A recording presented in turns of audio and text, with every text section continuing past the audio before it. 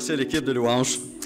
Alors, depuis un an, comme vous le savez, nous avons eu le privilège d'accueillir des représentants de différentes missions et organisations chrétiennes œuvrant dans la région de la capitale nationale. Nous avons pu constater à quel point l'Église de Jésus-Christ est présente, active, vivante et a un impact au nom de Jésus-Christ dans une foule de domaines. Ce matin, j'ai la joie de vous présenter un couple qui œuvre pour l'organisation Pouvoir de changer depuis un certain nombre d'années maintenant. Brad et Cassandra Stewart sont les représentants de cette organisation auprès de nos étudiants. Certains de nos étudiants ont bénéficié de leur ministère et d'autres étudiants à l'Université Laval et ailleurs.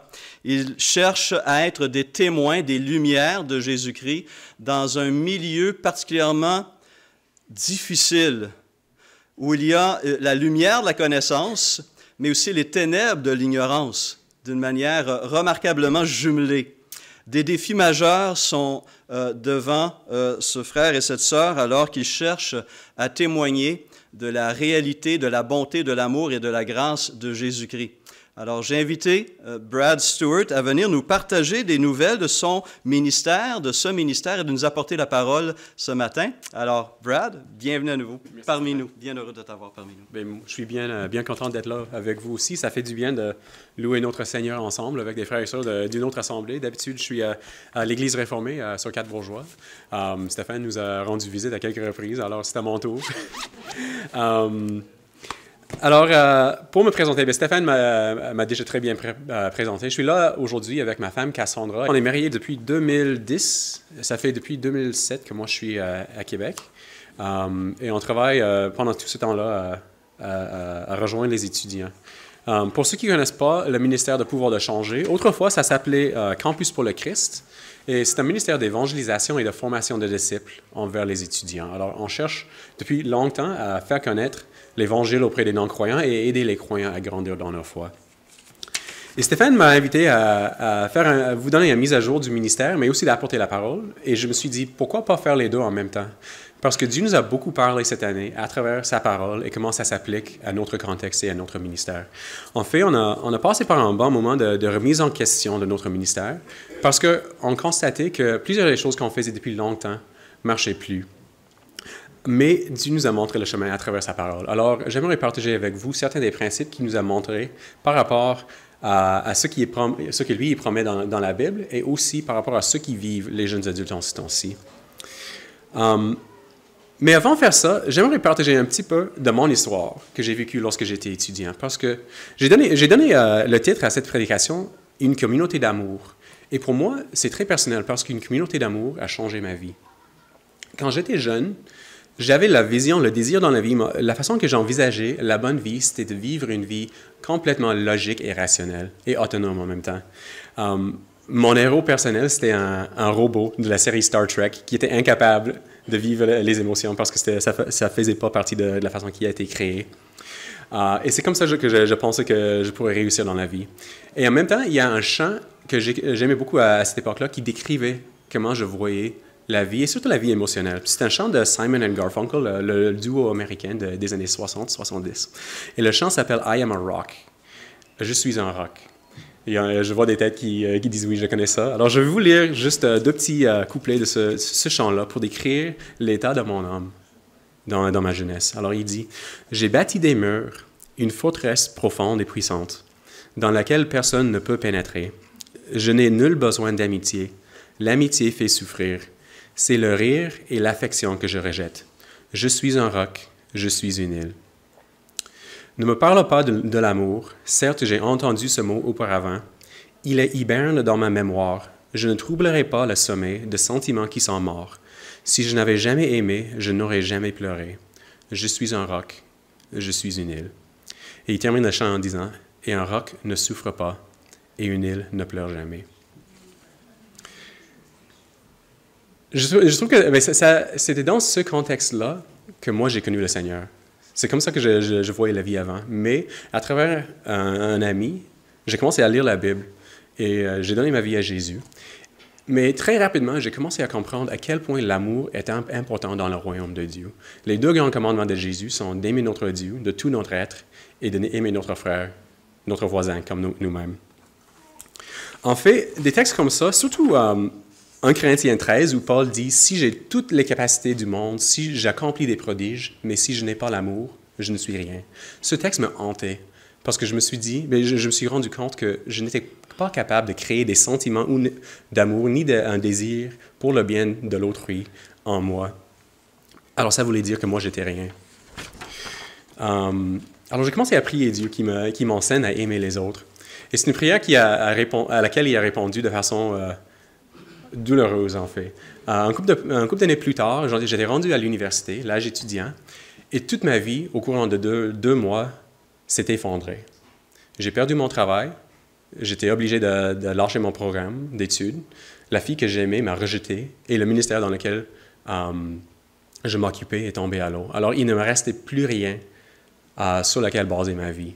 Mais toutes les choses sur lesquelles je fondais ma valeur ont disparu. Mais c'était à travers cette expérience que j'ai appris c'est quoi l'amour. En voyant la communauté chrétienne autour de moi, comment ils ont continué à m'aimer, à montrer l'amour de Jésus, alors que moi, il ne me restait rien à donner, qui m'aimait quand même. Et c'est comme ça que j'ai commencé à voir comment Dieu nous a aimés lorsqu'il ne nous restait rien. Et en sortant de ça, je ne peux pas expliquer très rationnellement comment ça s'est fait, mais Dieu a changé mon cœur et a mis en moi des sentiments d'amour pour les autres et aussi un désir de faire le bien à l'autrui. Mais j'ai mentionné tantôt que cette année, l'équipe du ministère Campus, du ministère étudiant, a remis en question plusieurs éléments de notre communauté, de notre ministère. En fait, avec le temps, on voit qu'on a de moins en moins de chrétiens qui s'impliquent dans le ministère. On voit que c'est de plus en plus difficile d'attirer l'attention des jeunes adultes, des non-croyants, à l'Évangile. Même parmi les gens qui grandissent à l'Église, il y en a plusieurs que, dès que possible, rendus au cégep ou à l'université, ils abandonnent la foi. Il y a de plus en plus de jeunes qui souffrent de troubles de maladies mentales ou d'anxiété. Et les gens ne semblent juste pas intéressés par le ministère, par la communauté que nous offrions. Alors, on s'est posé des questions difficiles cette année. Et Dieu nous a parlé, surtout sur 2 sujets. D'abord, le fait que les jeunes adultes, qu'ils soient croyants ou non, ne semblent pas intéressés par une communauté quelconque. Et ensuite, par les commandements et les promesses de Jésus dans la Bible, par rapport à c'est quoi une communauté basée sur son amour. Alors, on a 3 textes bibliques à regarder un matin. Alors, si vous avez vos Bibles, je vous invite à tourner avec moi en Jean 13. On va regarder tout de suite Jean 13 et Jean 17. Alors, lisons ensemble Jean 13, les versets 34 et 35. Jésus dit, « Je vous donne un commandement nouveau. Aimez-vous les uns les autres. Comme je vous ai aimé, vous aussi, aimez-vous les uns les autres. C'est à cela que tous reconnaîtront que vous êtes mes disciples, si vous avez de l'amour les uns pour les autres. » Et quelques pages plus tard, en Jean 17, les versets 20 à 23. Là, ça fait partie de la prière sacerdotale de Jésus juste avant sa crucifixion.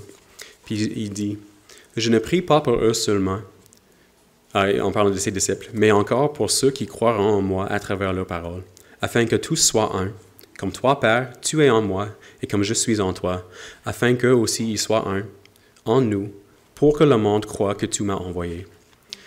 Je leur ai donné la gloire que tu m'as donnée, afin qu'ils soient un, comme nous sommes un, moi en eux et toi en moi, afin qu'ils soient parfaitement un, et qu'ainsi le monde reconnaisse que tu m'as envoyé et que tu les as aimés, comme tu m'as aimé. » Alors, prions que Dieu nous ouvre les cœurs pour entendre la vérité de sa parole. Seigneur Dieu, Jésus, nous te remercions pour l'amour que tu nous as donné, l'amour avec lequel tu nous as aimés. Nous te remercions pour ton commandement de s'entre-aimer les uns les autres et nous te remercions pour tes promesses. Seigneur, enseigne-nous à nous aimer les uns les autres en tant que corps de Christ. On prie. Amen.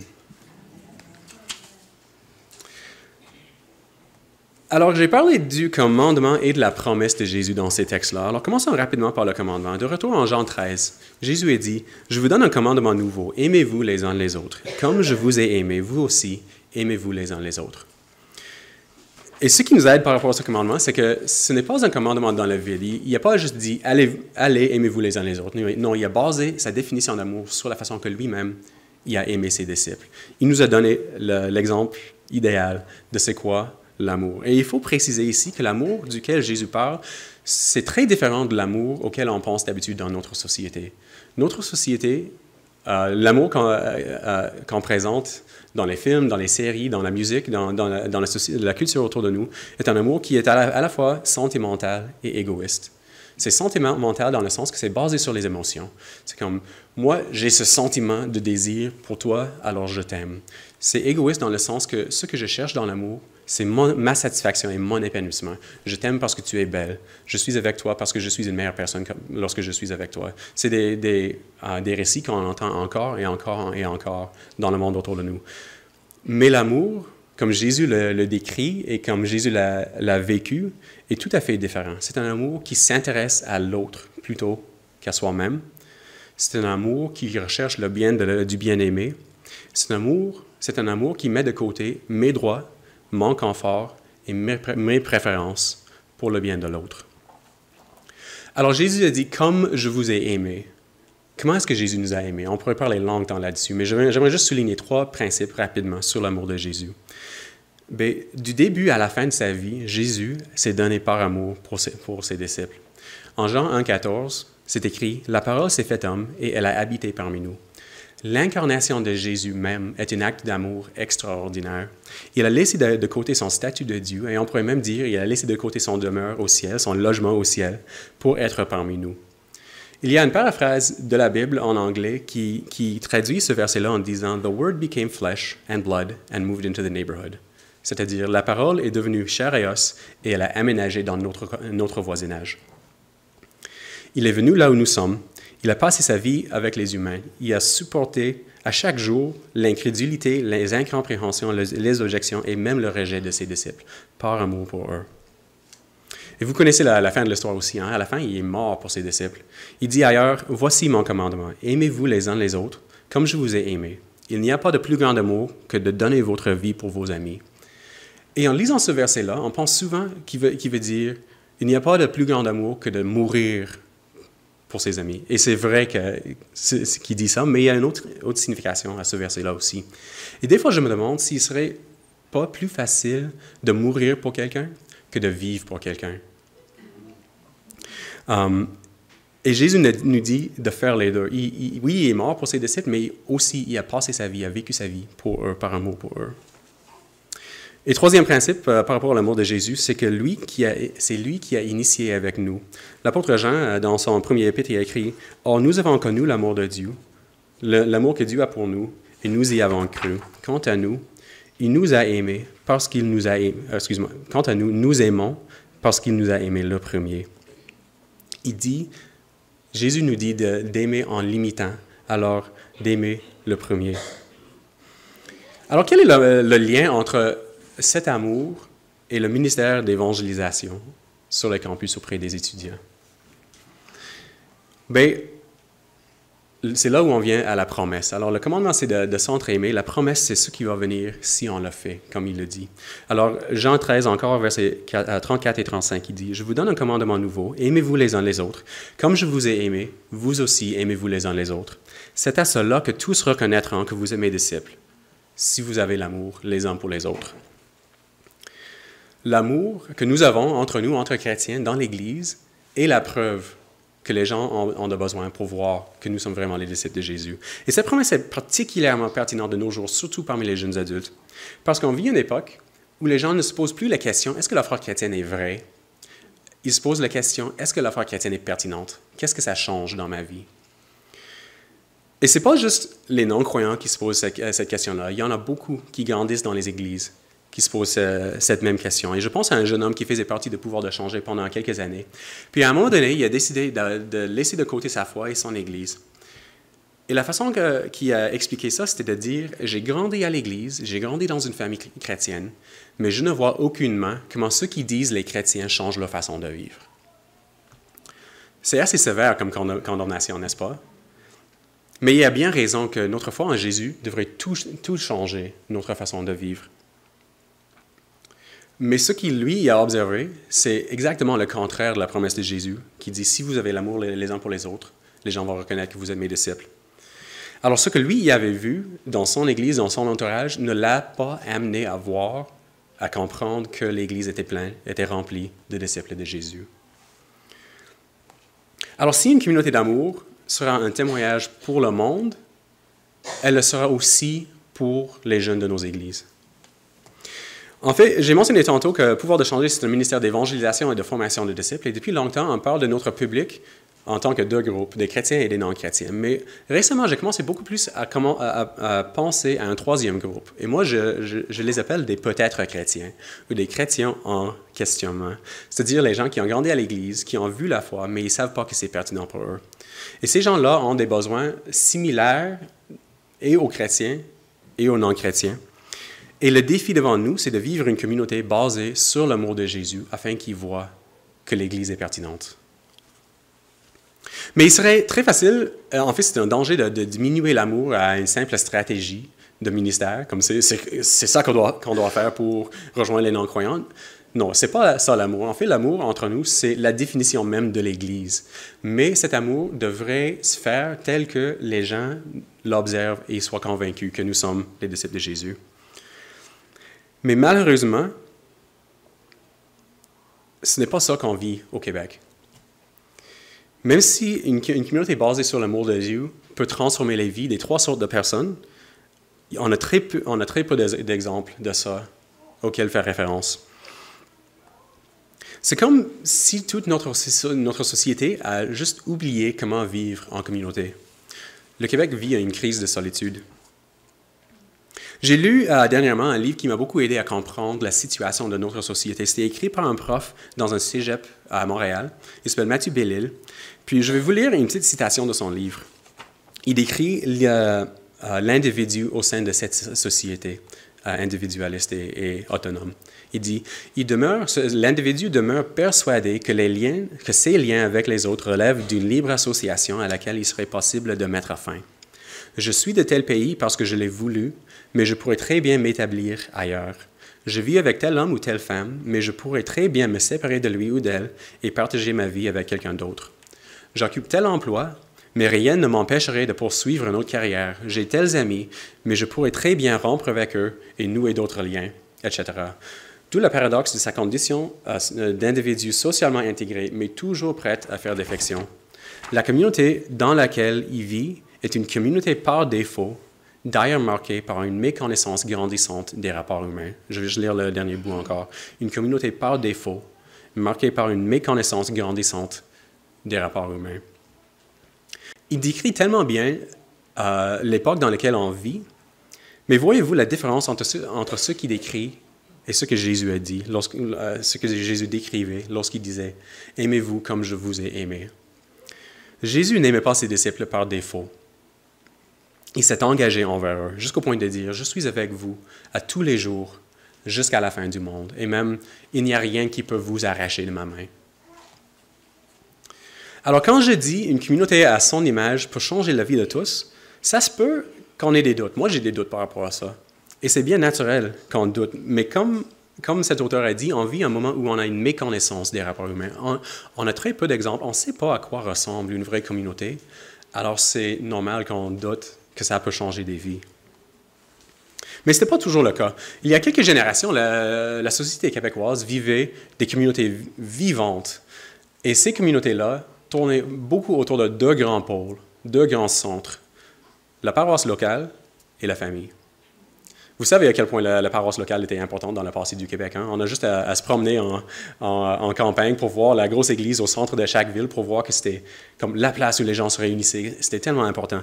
En fait, la vie religieuse était si forte chez les Québécois dans le passé que le Québec comptait parmi les endroits au monde qui envoyaient le plus d'ouvriers missionnaires, des prêtres, des bonnes sœurs, des frères, des gens qui apportaient la foi chrétienne en quelque sorte. Mais les bâtiments sont encore là, mais ces bâtiments, comme vous le savez, sont vides. Et qu'est-ce qui a remplacé ce centre de communauté dans la société québécoise? Le centre d'achat. C'est très bien. Moi, j'allais dire Netflix, mais le centre d'achat, c'est un bel exemple aussi. Excusez-moi. Alors, si la paroisse, l'église locale, a été enlevée comme centre de la communauté, l'autre centre de la communauté, qui était la famille, a été profondément discrédité. J'ai pas besoin de beaucoup dire là-dessus. Vous avez juste à regarder autour de vous les familles de votre entourage pour voir à quel point la famille n'est pas comme elle devrait être. Récemment, le Québec a cédé sa place comme la province canadienne avec le taux le plus élevé de divorce à la Saskatchewan. Mais non parce que les mariages vont mieux ici, c'est juste que les gens se marient plus vraiment. J'ai vu une statistique de 2011 du recensement canadien. J'aurais aimé trouver quelque chose de plus récent, mais en 2011, parmi les ados âgés de 15 à 17 ans, 43% d'entre eux vivaient soit dans une famille monoparentale, soit dans une famille reconstituée. C'est comme l'auteur a dit, « Je vis avec tel homme ou telle femme, mais je pourrais très bien me séparer de lui ou d'elle et partager ma vie avec quelqu'un d'autre. » Dieu a créé la famille pour être le premier point de référence pour nous, de savoir c'est quoi l'amour et c'est quoi la communauté. Mais si les jeunes adultes ne voient dans la famille que quelque chose qui est temporaire, jetable, instable et en changement constant, mais c'est un peu normal qu'ils ne cherchent pas de communauté parce qu'ils ne savent pas que quelque chose de meilleur est possible. Mais en même temps, la communauté et l'amour sont des besoins fondamentaux qu'on a en tant qu'être humain. Dieu nous a créés pour vivre en communauté, en relation avec lui, en relation les uns avec les autres. Alors, si on n'a pas d'exemple concret, on va s'accrocher un peu à n'importe quoi qui promet de faire le rôle de la communauté et l'amour dans notre vie. Et ça crée ce que j'appelle un peu les communautés illusoires. Nous pourrions les appeler des communautés genre faussées ou contrefaits. C'est un peu comme le faux monnayage. Ça ressemble à la vraie affaire. Pendant un bout, ça peut passer pour la vraie affaire, mais à la longue, on va voir que ça manque la vraie valeur. Alors, je vais vous donner 2 exemples de communautés faussées pour vous aider à alimenter vos pensées, vous aider à penser différemment par rapport à nos communautés. Le premier exemple, c'est très facile pour nous de voir, pour nous de comprendre, parce que ça vient d'un contexte très différent du nôtre. En fait, ça vient du Japon. Et le Japon, en ce temps-ci, ça vit une épidémie de solitude. Il y a un phénomène au Japon qui s'appelle hikikimori, et ça vient du mot qui signifie « se retirer vers l'intérieur ». Et ça décrit le sort d'à peu près 1 million de jeunes hommes japonais, qui ne sortent tout simplement pas de leur chambre. Ils passent des mois ou des années encabanés devant leur écran, ils commandent la nourriture chez eux, ils n'ont aucun contact humain. Alors, dans ce contexte-là, il y a une compagnie qui a essayé de donner une solution. Alors, la compagnie s'appelle Gatebox, puis ils ont créé un produit qui ressemble à un pot en verre avec une petite fille hologramme là-dedans. Et cet hologramme est censé être ton compagnon. C'est quelqu'un qui te réveille le matin, qui t'envoie des textos pendant la journée pour dire « Je m'ennuie de toi, j'ai hâte que tu reviennes à la maison et tout. » Ouais, c'est clair que ce n'est pas une solution au problème de la solitude. Hein? Ben, qu'est-ce qui manque à cette vision de communauté? C'est assez facile, ça manque des gens. Alors, je ne pense pas que le Canada ou le Québec s'en va dans la même direction, mais en Occident comme en Orient, on cherche de plus en plus de réponses technologiques pour les problèmes humains. Alors, le deuxième exemple, ça vient nous rechercher un peu plus près de chez nous, et c'est les réseaux sociaux. Et même le nom promet quelque chose qui n'était pas possible que face à face, même genre 15 ans dans le passé. C'est pas pour dire que les réseaux sociaux ne peuvent pas être des bons outils pour certaines choses, mais il y a de plus en plus de recherches qui montrent que la quantité de temps qu'on passe en ligne a des effets significatifs sur notre bien-être. Il y a des psychologues qui commencent à voir des liens entre tout ça. Même l'automne dernier, des chercheurs à l'Université de la Pennsylvanie ont trouvé un lien direct entre l'utilisation des réseaux sociaux et la dépression et des sentiments de solitude. Alors, ils ont regardé 2 groupes d'étudiants. Le premier groupe n'a pas changé leurs habitudes. Le deuxième groupe, ils ont coupé leur utilisation des réseaux à 10 minutes par jour. Et la chercheuse qui a mené l'étude, elle a dit à la fin, « C'est frappant. Ce que nous avons trouvé au cours des 3 semaines était que les taux de dépression et solitude ont diminué de façon significative pour ceux qui ont limité leur utilisation des réseaux sociaux. Plusieurs de ceux qui, au début de l'étude, souffraient d'une dépression clinique modérée ont terminé juste quelques semaines plus tard avec des symptômes très légers. » Juste pour dire, comment est-ce que cette communauté est illusoire? Mais d'abord, ça nous invite à mettre une face devant le monde, à cacher qui nous sommes vraiment et juste afficher nos meilleures images, nos meilleures photos, nos meilleures expériences.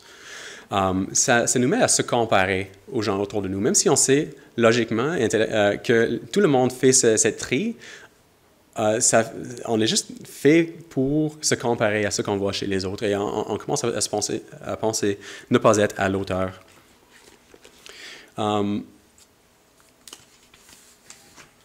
Alors, comparer ça à une vraie communauté. Quels sont les contrastes entre ces communautés faussées et une vraie communauté basée sur l'amour de Jésus? Mais une vraie communauté nous accepte pour qui nous sommes. Elle ne nous demande pas de mettre des visages et se cacher. Une vraie communauté cherche le bien de l'autre. Une vraie communauté ne cherche pas l'approbation de l'autre, ne cherche pas le respect de l'autre, ne cherche pas d'impressionner l'autre, ne cherche pas les likes ou les j'aime sur Facebook de l'autre, mais cherche à faire du bien, à aider l'autre à grandir à l'image de Jésus. Alors, si nous avons très peu d'exemples concrets de c'est quoi une vraie communauté, comment est-ce qu'on peut bâtir une vraie communauté sur l'amour de Jésus? Mais c'est pas vrai qu'on n'a aucun exemple. En fait, Dieu nous en a laissé dans la Bible et c'est vers ça que j'aimerais terminer. J'aimerais tourner. Alors, on va regarder un exemple biblique de la communauté de l'Église naissante en acte 2. Alors, voici, on lit genre les premiers jours de l'Église. C'est un groupe d'hommes et de femmes qui aimaient Dieu, qui s'entre-aimaient. Ils cherchaient à mettre en pratique le commandement de Jésus, d'aimez-vous les uns les autres comme je vous ai aimé. Alors, on va lire Acte 2, les versets 42 à 47. Alors, c'est écrit. « Ils persévéraient dans l'enseignement des apôtres, dans la communion fraternelle, dans la fraction du pain et dans les prières. La crainte s'emparait de chacun et il faisait beaucoup de prodiges et de signes miraculeux par l'intermédiaire des apôtres. Tous ceux qui croyaient étaient ensemble et ils avaient tout en commun. Ils vendaient leurs propriétés et leurs biens et ils en partageaient le produit entre tous, en fonction des besoins. Chaque jour, avec persévérance, ils se retrouvaient d'un commun accord au temple, ils rompaient le pain dans les maisons et ils prenaient leur nourriture avec joie et simplicité de cœur. Ils louaient Dieu et avaient la faveur de tout le peuple. Le Seigneur ajoutait chaque jour à l'Église ceux qui étaient sauvés. » Alors, j'aimerais juste faire quelques observations sur ce texte, sur cette communauté. Mais d'abord, à la fin, en verset 47, il dit qu'il louait Dieu. Et le premier commandement, c'est d'aimer Dieu. Et comme on a chanté tantôt, comme la présidente a mentionné tantôt, c'est en chantant, en louant Dieu qu'on l'aime. Mais il était dédié aussi à l'enseignement des apôtres. C'était quoi l'enseignement des apôtres? Mais c'est ce que Jésus leur a enseigné. Jésus a dit à ses apôtres d'enseigner-leur à obéir à tout ce que je vous ai prescrit. Et tout ce que Jésus nous a prescrit se résume dans les deux commandements d'aimer Dieu et d'aimer notre prochain. Alors, ils se réunissaient ensemble pour apprendre des apôtres comment vivre cet amour radical. Il y avait tout en commun. Dans le verset 45, ça parle de comment les gens vendaient leurs biens pour pouvoir aux autres. Dans 2 chapitres plus tard, au chapitre 4, il y a une histoire d'un homme qui a vendu son terrain pour donner aux gens en besoin dans l'Église. Il vivait une générosité radicale. Je donne parce que ce que j'ai m'est venu de Dieu. Dieu m'a donné ça et je donne des choses que Dieu m'a données pour pouvoir aux besoins de mes frères et sœurs. Et dans notre contexte, dans notre société, on n'aime pas beaucoup parler de l'argent, surtout pas de donner de l'argent. Mais une chose est certaine, lorsque ça touche au portefeuille, c'est du sérieux. Regardons le verset 46. Il dit « Chaque jour, avec persévérance, ils se retrouvaient d'un commun accord au temple. Ils rompaient le pain dans les maisons et prenaient leur nourriture avec joie et simplicité de cœur. » Alors, ils étaient ensemble à tous les jours. C'est vraiment difficile de nos jours de penser comment est-ce qu'on pourrait être ensemble en tant qu'Église à tous les jours. Moi, ma réaction personnelle à ça, c'est de dire, mais où est-ce que je vais trouver le temps pour être à l'Église à tous les jours, avec mes frères et sœurs de l'Église à tous les jours? J'ai plein d'autres choses à faire. Mais eux, ils trouvaient une joie et une satisfaction tellement profonde dans la communauté chrétienne que pour eux, c'est naturel.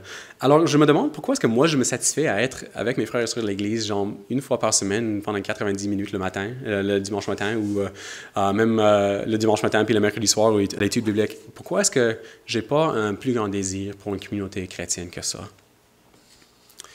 Ensuite, les chrétiens, ils mangeaient ensemble. Ça parle de la fraternité et la fraction du pain. Il dit qu'il mangeait, même il faisait ça à tous les jours. Et avez-vous déjà remarqué à quel point manger ensemble crée une confiance et un esprit de communauté entre les gens. Ouais.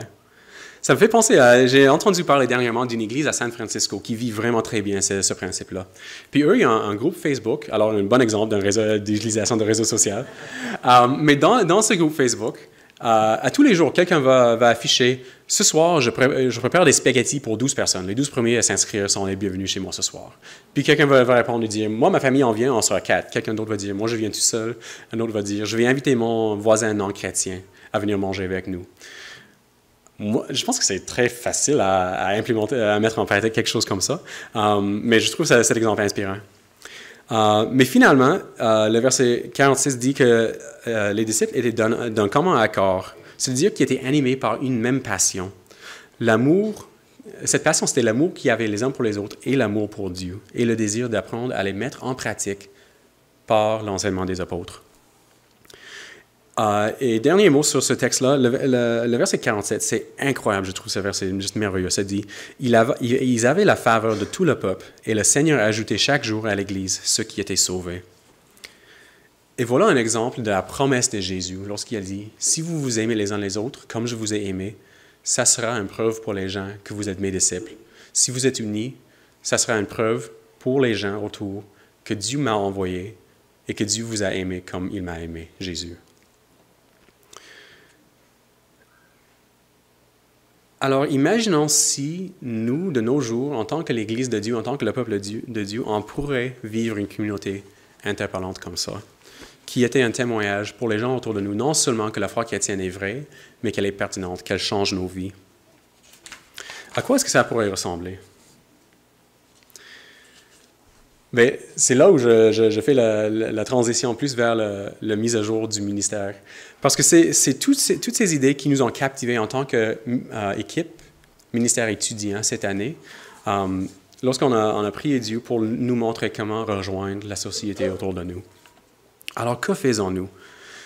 Mais juste pour faire un petit résumé, on veut toucher 3 types de personnes par l'Évangile. Les chrétiens convaincus qui veulent grandir dans la foi, les non-croyants et aussi des chrétiens en questionnement. Jésus promet que l'amour surnaturel qu'il a mis en nous devrait être la preuve dont les gens ont besoin.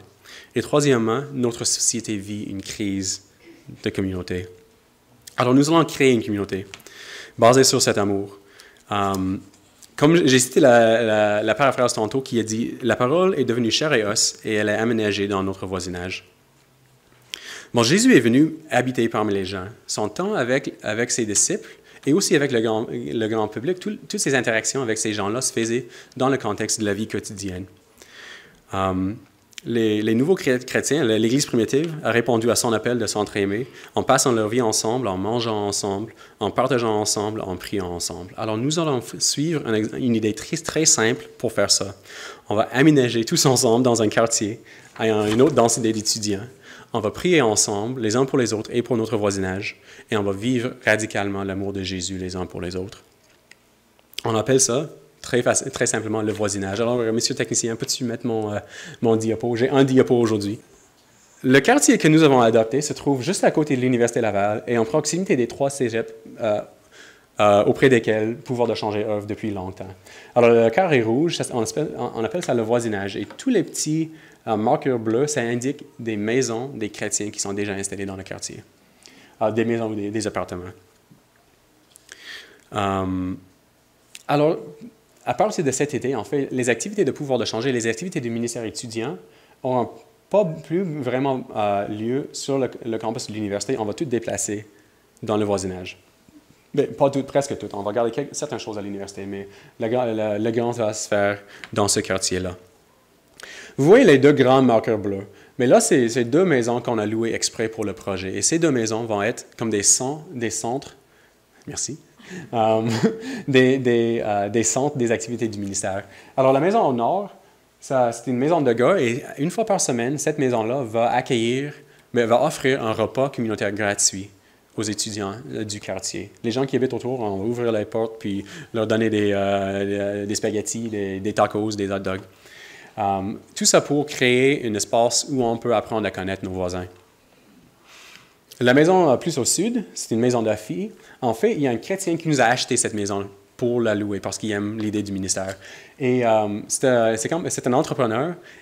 Cette maison-là, elle a un grand garage. Puis le nouveau proprio, il va remodeler ce garage-là pour qu'il soit comme une salle communautaire où on va pouvoir avoir des activités d'un grand groupe. Mais il faut faire attention parce que ça serait très facile de perdre l'idée du voisinage dans les maisons. En fait, les maisons sont comme un ajout, mais l'idée du voisinage est plus simple que ça. En fait, la raison pourquoi moi j'ai hâte de voir ce projet, c'est parce que notre désir, c'est pas tout simplement de rejoindre les étudiants, mais c'est d'équiper et mobiliser les étudiants chrétiens à vivre en mission pour toute la vie. Et l'idée de vivre avec quelques frères et sœurs chrétiens dans une proximité, dans le même voisinage, d'apprendre à connaître nos voisins, de prier pour eux et de les accueillir pour manger. C'est très simple. N'importe qui peut faire ça dans n'importe quel contexte. Et c'est ça notre rêve pour ce projet.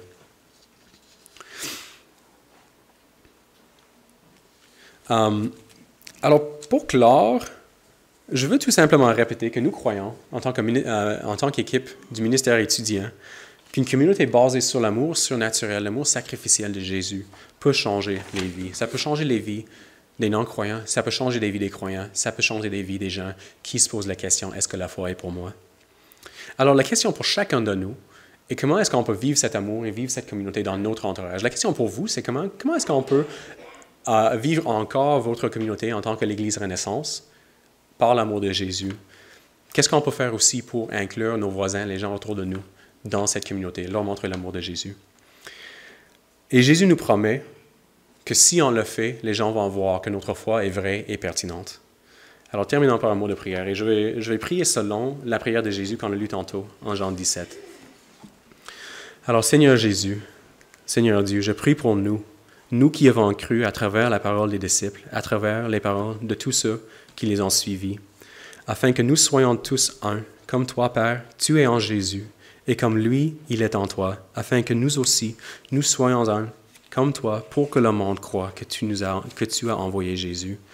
Donne-nous la gloire, Père, que tu as donnée à Jésus, afin que nous soyons un, comme toi tu es en lui, et vous êtes un, afin que nous soyons parfaitement unis et qu'ainsi le monde reconnaisse que tu as envoyé Jésus et que tu nous as aimés comme tu as aimé Jésus. Et c'est en son nom qu'on prie. Amen. Alors, merci beaucoup. J'imagine que vous avez un temps de café après. Alors, si vous avez des questions ou commentaires, n'hésitez pas à venir nous voir, moi et ma femme Cassandra, qui est de retour maintenant. Alors, je redonne la parole à Stéphane.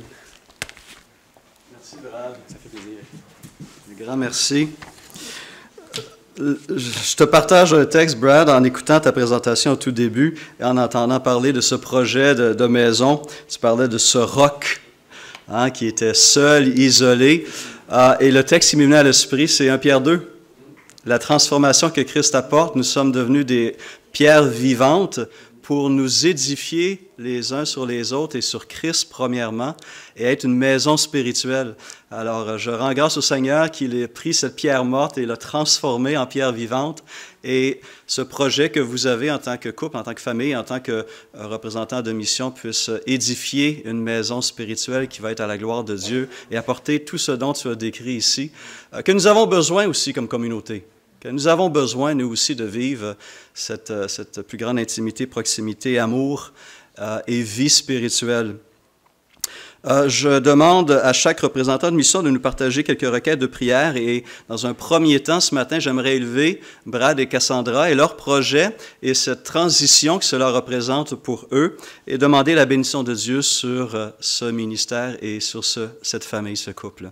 Alors, je vous invite peut-être les personnes qui sont juste autour de mettre la main sur Brad et Cassandra, juste les entourer et leur témoigner une présence physique au nom de la communauté, alors que nous les élevons au Seigneur. Seigneur Jésus, nous te remercions pour la façon dont tu as transformé la vie de Brad et de Cassandra et comment tu en as fait tes enfants bien-aimés, comment tu les as intégrés dans ta famille glorieuse, sainte, remplis d'amour. Seigneur, merci pour la lumière qui s'est faite dans leur vie, pour cette lumière que tu veux communiquer à travers leur vie.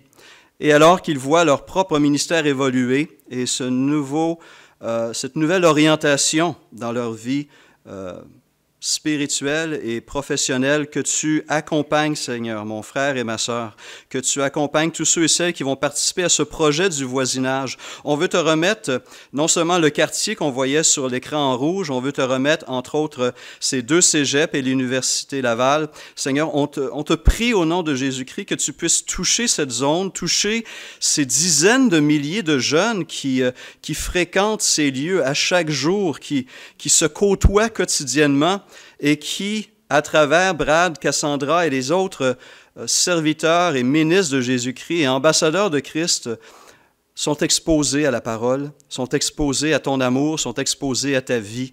Seigneur, on te prie que ce projet du voisinage apporte une transformation profonde dans les vies, que ces pierres vivantes qui s'édifient pour former une maison spirituelle puissent attirer ces jeunes à toi et leur faire découvrir que tu es vivant, que tu es vrai et que tu es profondément pertinent, Seigneur. Pour leur vie, pour ce monde, tu es réel et glorieux. Seigneur, je te prie d'aider Brad et Cassandra à naviguer ces changements dans leur propre vie, dans leur vie familiale. Ça implique une nouvelle façon de vivre et de faire. Et je te prie, Seigneur, de leur donner sagesse et puissance pour qu'ils le fassent avec grâce, avec amour, avec puissance. Seigneur, on veut te remettre leur propre soutien aussi. Ils se consacrent à cette œuvre-là à temps plein. Et leur propre soutien a connu une baisse dernièrement. Je te prie, Père, de pourvoir à leurs besoins, que ce soit à travers nous, à travers cette communauté, à travers d'autres, Père, que tu pourvoies afin qu'ils puissent te servir sans préoccupation et avec assurance. On veut te remettre, Seigneur, ces jeunes qui nous ont été décrits brièvement par Brad ce matin. Il y a tellement de souffrance, tellement de solitude, tellement de relations brisées. Seigneur, qu'ils puissent découvrir que tu es un Dieu d'amour, un Dieu qui souhaite être présent, qui se tient à la porte et qui n'attend qu'une invitation. Oui, tu es un Dieu souverain et on te prie, Seigneur, que tu ouvres leur intelligence afin qu'ils reçoivent ton invitation à cette communion et à cette vie. Amen.